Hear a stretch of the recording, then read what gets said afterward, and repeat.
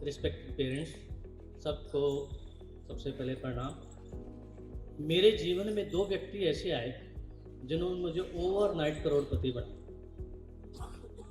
नहीं तो पेरेंट्स क्या करते हैं, पैसे जोड़ते रहते हैं, बच्चों में इन्वेस्ट नहीं करते। मैं उन पेरेंट्स में से कभी नहीं रहा। मैंने खुल के इन्वेस्टमेंट किया अपने बच्चों को। दो व्यक्ति, एक आपके सामने स्टेज पे खड़े हैं, दूसरे मेरे साथ मेरे बहुत ही प्रिय मित्र, जिनके पीछे पूरा करनाल घूमता है। वो किसी भी परिचय के मोहताज नहीं है। उन्होंने मेरी बेटी की तैयारी करवाई, उन्होंने मेरे बेटे की तैयारी करवाई। दोनों मजे में है और मैं उनसे ज़्यादा मजे में। अब बहुत सारी बातें हो चुकी, मैं ज़्यादा बातें नहीं करूँगा। केवल और केवल आपको अब क्या करना है, जितने शुड आज तक आपने बच्चों पे लगाए थे वो सारे शुड अपने पे लगाए।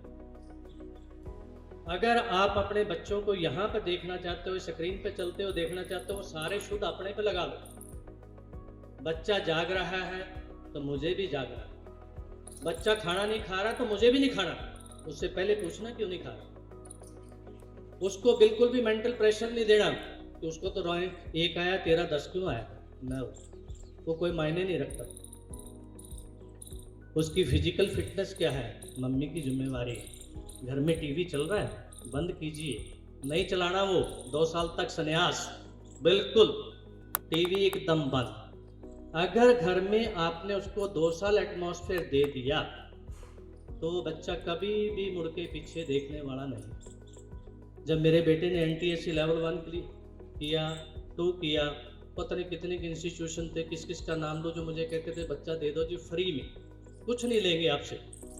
मगर मैं भी एलन पे गया, मैं भी कोटा गया, मैं भी चाणक्य गया, मैं भी नारायणा गया। सारे देखने दुखने के बाद जब करनाल वापस आ रहा था, मैंने अपनी मैडम को कहा, सर ने तो मुझे रिटायर कर दिया, मैं रिटायर नहीं हूँ, आज भी एजुकेशन डिपार्टमेंट में वर्किंग हूँ, एक अध्यापक हूँ, मैडम मेरी अध्यापिका है, हमारी डेजिग्नेशन क्या है वो कोई मायने नहीं रखता। जब हम लोग वापस आ रहे थे तो मैंने मैडम को कहा क्यों ना एक बार जेनेसिस को भी तो देखते चले, करनाल में बड़ी नाम है उनका। मगर जब इनसे बात मैंने की, मुझे ये लोग बिल्कुल ऐसे लगे जैसे तो घर वाले लोग हैं। घरेलू एटमॉस्फेयर एकदम अप्रोचेबल, कोई छल कपट नहीं, कोई वो कहते हैं ना ऊंची दुकान फीका पकवान, वो वाला कोई काम ही नहीं। ठीक है, जो कुछ है यही है हमारे पास। हम तो बच्चों के ऊपर अपना टाइम डिवोट करते। जेनेसिस पे छोड़ दिया, वहां छोड़ के आना और वापस लेके आना, ये मेरी ड्यूटी थी।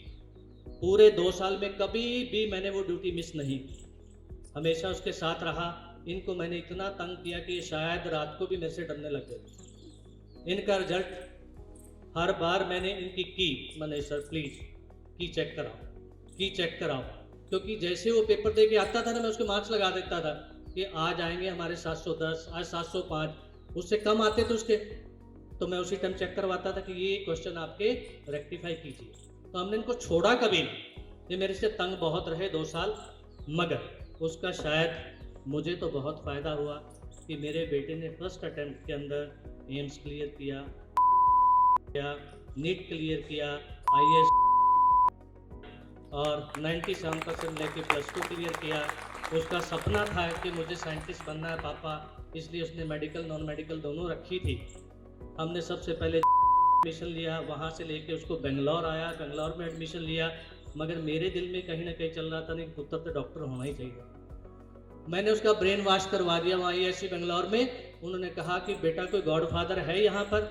हमने कहा जी हमारा तो कोई नहीं। कहते फिर चलिए, नहीं तो ये यहाँ पर रिसर्च करेगा, ये बड़े बड़े लोग पब्लिश करेंगे, आप खाली हाथ जाओगे। मैं बोल क्या इरादा है। कहता चलो चलते हैं, एम्स में मुझे छोड़ दीजिए, मगर मैं डॉक्टर पर्ची वाला नहीं बनूंगा। मैं यार कोई बात नहीं, तो डॉक्टर तो बन, मुझे पर्ची वाला डॉक्टर नहीं चाहिए। उसको छोड़ के आया हूँ, आज फाइनल ईयर है। मैंने कभी मुड़ के उसको झांका झांकी नहीं की कि अब तो क्या कर रहा है। अगर उससे कोई गलती होती है मुझे कॉल नहीं करता, वो जेनेसिस पे कॉल करता है, जितेंद्र जी को ये हो गया, तो वो मुझे बताते हैं कि जरा आकाश को देखिए। और सारी इन जेनेसिस फैकल्टी की देन है कि आज वो एम्स में, मुझे तो उम्मीद है कि बढ़िया डॉक्टर बन रहा होगा और बनेगा भी।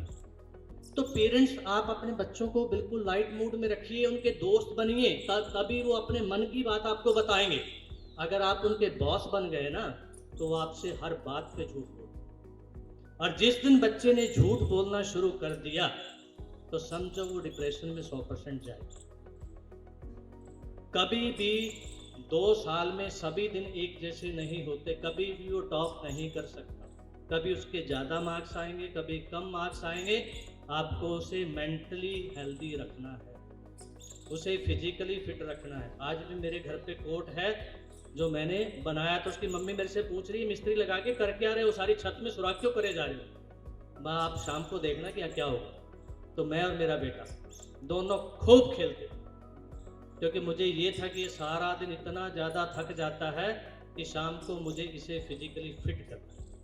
और उसका असर आज ये है कि वो अपने कॉलेज में 2 काम कभी नहीं भूलता, जिम जाना और फुटबॉल खेलना। आज वो फिजिकली इतना फिट है और अपनी बहन की वर्दी को देख के गदगद होता है, कहता पापा मैं कैप्टन भर्ती हो रहा आर्मी में, चला जाऊं। मैं अब जहाँ मर्जी जा, पापा को कोई फिक्र नहीं।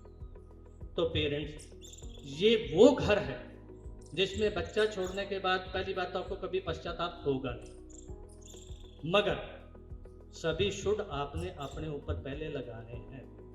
और ये जेनेसिस, आज भी मैं कॉल करता हूँ सर मेरे स्कूल में 2 गरीब बच्चियाँ हैं, उनके पेरेंट्स बिल्कुल भी अफोर्ड नहीं कर सकते, तो मैं उनको भेज रहा हूँ। मुझे कभी भी इस इंस्टीट्यूशन से ये सुनने को नहीं मिला कि सब नहीं हो सकता। हर साल 2 गरीब लड़कियाँ भेजता हूँ और ये खुशी खुशी से बिना फीस के पढ़ा। तो मैं गारंटी करता हूं कि जो पेरेंट्स यहाँ पर बैठे हुए हैं, हम भी यहीं पर बैठे थे। 2019 में मेरे बेटे ने पास आउट किए, 17 में हम भी यहीं बैठे हुए थे, हम भी सुन रहे थे। मेरे मन में भी ये था क्या मेरा बेटा कर पाएगा, मगर मुझे मन में पूरा विश्वास था कि मैं एक बहुत अच्छी जगह अपने बच्चे को छोड़ रहा हूँ और हम सारे उसके साथ हैं। ये लोग तो वो हैं जिनको दिन में पकड़ लो, रात को पकड़ लो, इनके कैबिन में पकड़ लो, क्लास में पकड़ लो, कभी ना है ही। जब मर्जी डाउट ले, सड़क पे चलते जतेंद्र जी जरा रुकना, गाड़ी रोकना, ये डाउट है तो कहेंगे कोई नहीं मैंने रोक ली साइड पे। और नवनीत जी तो वो आदमी कि शायद आपको फिजिक्स कैसे ढूंढने से भी मिलेगा। तो मैं इनकी तारीफ इसलिए नहीं कर रहा कि मुझे इनकी कोई पब्लिसिटी करनी है, उसके बदले में ये मुझे कुछ दे रहे हैं, नहीं। वास्तविकता यही है कि मुझे इन्होंने बनाया है, आपको भी ये जरूर बना के छोड़ेंगे। इस करनाल एक छोटा सा शहर है, कोई हमारा मेट्रोपॉलिटन सिटी तो है नहीं कि एक पर इंस्टीट्यूशन कहीं खुला हुआ वहाँ तक हम जा ही नहीं पाते। ये 3 कदम पे करनाल खत्म हो जाता है। जब मर्जी घूमते फिरते आप जेनेसिस पहुँच जाओ, जब मर्जी इनसे मिल लो, जब मर्जी इनसे बात कर लो, मगर अपनी ड्यूटी आपने पूरी करनी है।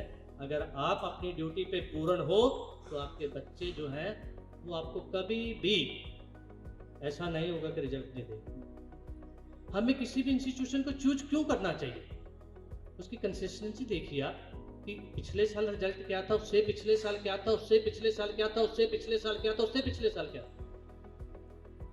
इनकी हार्दिक इच्छा थी कि एक दिन मुझे सिंगल डिजिट में रिजल्ट चाहिए, और अब तो वो कोई साल भी नहीं जब एम्स में हमारे बच्चे नहीं जाए। हमारे सारे एम्स भरे पड़े, जहां मर्जी चले जाओ, पूरे हिंदुस्तान के किसी एम्स में चले जाओ हमारे बच्चे मिलते। और अब मैं बिहार जाता हूँ ना, मैं खुशी खुशी एम्स पटना जाता हूँ, जितने जेनेसिस के बच्चे हैं सबको मिल के आता हूँ। अभी मैं शादी पे नागपुर गया तो मैं सारे जेनेसिस वालों को मिल के आया। मुझे इतनी खुशी होती है यार, ये तो मेरा परिवार है, जिस परिवार के ने हमें इतना कुछ दिया, तो क्या हम उनके बच्चों को जाके इतना भी नहीं कर सकते, उनको मिल भी नहीं सकते क्या। जहाँ तक डोनेशन की बात है, जेनेसिस के लिए तो जान भी आई, डोनेशन तो बहुत छोटा। Thank you sir, so nice of you. Parents आप बहुत अच्छी जगह हो, मगर जो जो बातें मैंने बताई उनका ध्यान करना कि अपने आप को 2 साल के लिए संत घोषित कर दो, तो आपके बच्चे मुड़ के नहीं देखेंगे, ये मेरा वादा। Thank you.